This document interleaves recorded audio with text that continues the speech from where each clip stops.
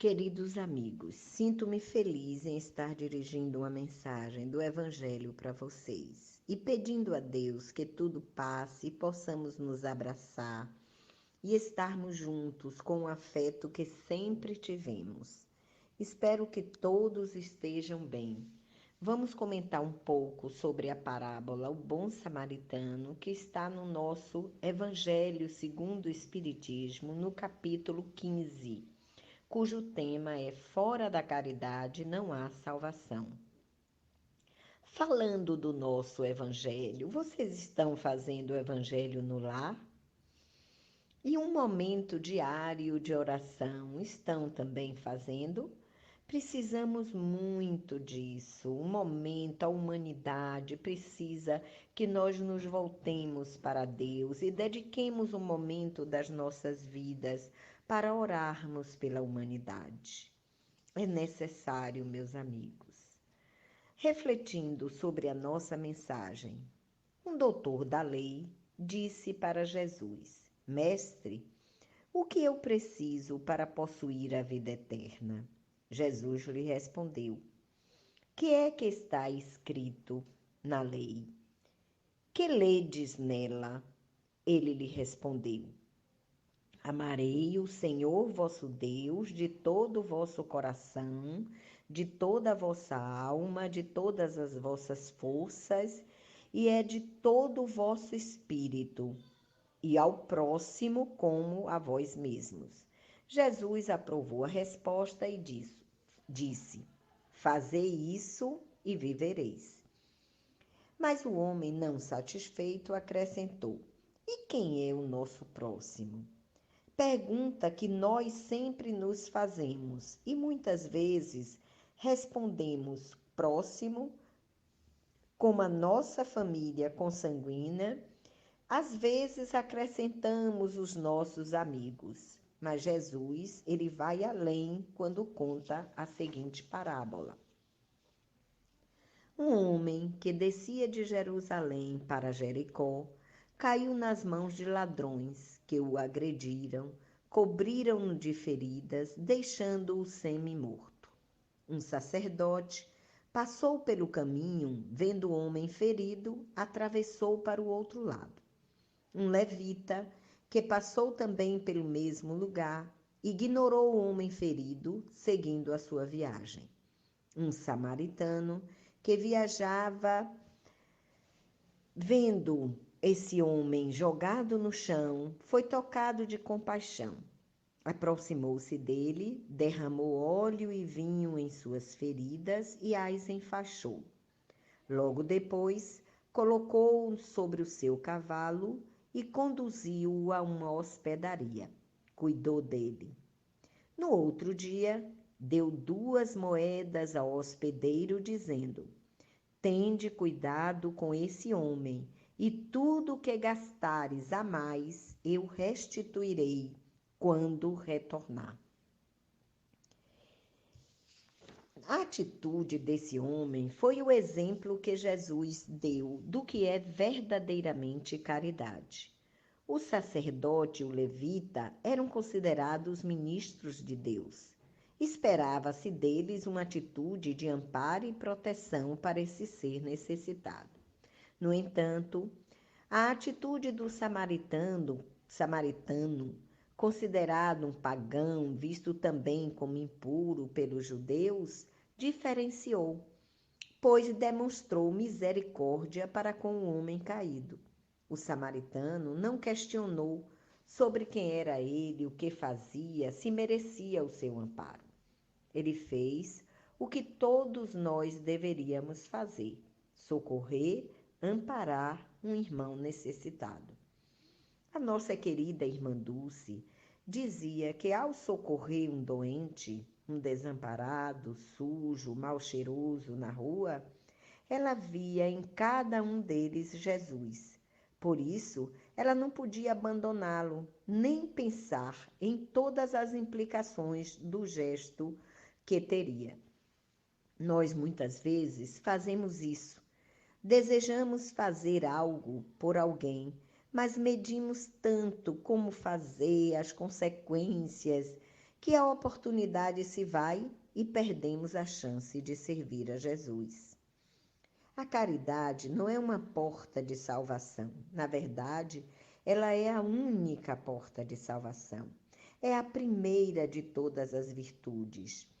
O ser caridoso, ele foge do pior dos males, considerado a chaga do universo, o egoísmo, que significa pensar só em si, viver para si, sem considerar a máxima de Jesus, amar ao próximo como a si mesmo.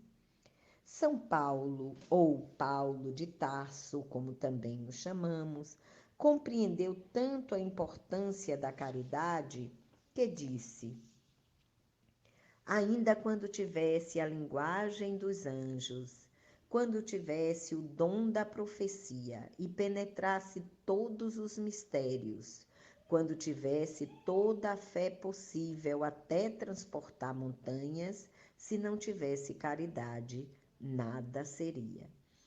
Que possamos compreender o sentido da caridade profundo, o sentido profundo da caridade e buscar aplicá-la no dia a dia das nossas vidas.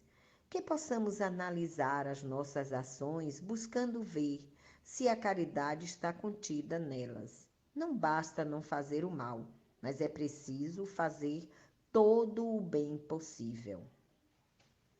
Na verdade, o amor é o princípio vital da caridade. Por amor, Deus nos criou, nos concedeu a oportunidade da vida. Demonstramos gratidão a Ele, devolvendo em forma de ações caridosas todas as bênçãos que recebemos. O amor é uma força inesgotável que enriquece aquele que dá e aquele que recebe. Divaldo, numa das suas últimas lives, falando sobre a caridade, ele conta a história de uma família que viveu a perda da mãe, deixando o marido viúvo. O pai ficou cuidando dos filhos, da casa, de todos os afazeres domésticos e, muito desesperado, como uma boa parte dos homens ficam, suplicou a ajuda da mulher naquele momento, dizendo que não entendia como ela dava conta de tantas atividades. De repente, quando está ele naquele corre-corre em casa, batem à porta. Ele foi atender irritado. Era um mendigo dizendo que veio buscar a ajuda que a mulher dele sempre lhe dava. E explicou. Todos os domingos ele ia até a casa e ela lhe dava $10 e um prato de comida. O marido relutou: $10? Ah, não. Mas o mendigo insistiu. Então, ele deu $10 e tentou despachar o mendigo, mas ele insistiu. Então ele explicou: minha esposa faleceu, então não tenho comida para lhe dar. Tem 2 dias. O mendigo, muito sentido, lhe disse: se tem 2 dias que ela faleceu, então ela deve ter deixado meu prato de comida na geladeira, como ela sempre deixava. Ele, irritado, para se livrar do mendigo, foi até a geladeira para poder pegar o prato de comida. E ao abrir a geladeira, viu que o seu filho menor tinha se escondido na geladeira, brincando de esconde-esconde com os irmãos. Arrancou-o de lá, levando-o a uma clínica, e só conseguiu salvá-lo pela rapidez com que foi socorrido. Ao retornar para casa, muito agradecido ao mendigo, encontrou-o ainda na porta esperando. Procurou na geladeira e viu o prato que foi preparado pela sua mulher. Esquentou para que ele comesse. Um dos seus filhos entrou na cozinha e falou com o senhor com o maior carinho, abraçando-o. Ele percebeu que havia uma intimidade entre os filhos e aquele ser, e começou a conversar com ele e a perguntar sobre a sua vida. E ele lhe disse que ele morava na casa, no fundo de uma casa de favor, O viúvo, então, convidou-o para morar com eles. Ele, muito agradecido, disse: a sua mulher deve ter feito essa intercessão, intercedido por mim, porque ela já tinha manifestado o desejo de me trazer para morar aqui com vocês, mas precisava ainda da sua autorização. E assim, o Senhor passou a morar com eles e ajudá-lo na educação dos filhos. Essa é a verdadeira caridade, né?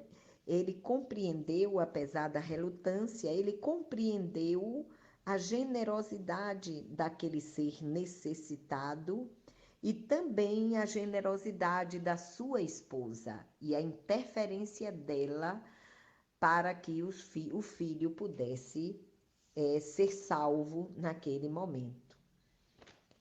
Ainda no Evangelho, segundo o Espiritismo, no capítulo 13, que a vossa mão esquerda não saiba o que dá à vossa direita, o item 4 tem o título Infortúnios Ocultos e conta sobre uma senhora de ar distinto e maneira simples que, junto com sua filha, entra numa casa humilde, cumprimentando a todos, pois já é conhecida. O que faz ela ali? Acalma as dores físicas através do alimento material e as dores morais através das palavras doces e afetuosas. Não socorre apenas os da casa, mas faz mais, indo ao hospital e zelando pelo pai que se encontrava internado, dando notícia dos filhos, esperança e consolo. Não importa para ela a religião daquelas pessoas, porque para ela eles são filhos de Deus. Orienta a filha a fazer obras úteis e seguir no caminho da caridade.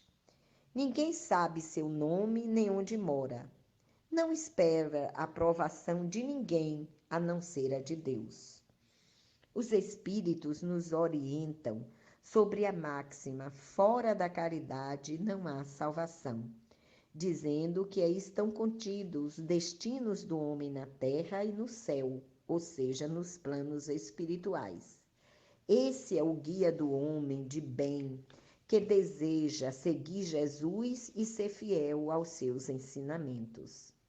Então, o que nós desejamos é que essas mensagens e essas lições de vida possam nos tocar e nós possamos melhorar a cada dia, vencendo a nós mesmos para percebermos Jesus em cada ser que bate à nossa porta e procurando sempre socorrer e amparar aqueles que necessitam de nós, da nossa ajuda, do nosso socorro, seja material, espiritual, moral. É essencial que nos aproximemos uns dos outros e nos ajudemos. Que Jesus permaneça conosco, que tenhamos uma semana feliz, cheia de amor, de paz, de saúde e de muita alegria. Deus sempre nos protegendo e amparando.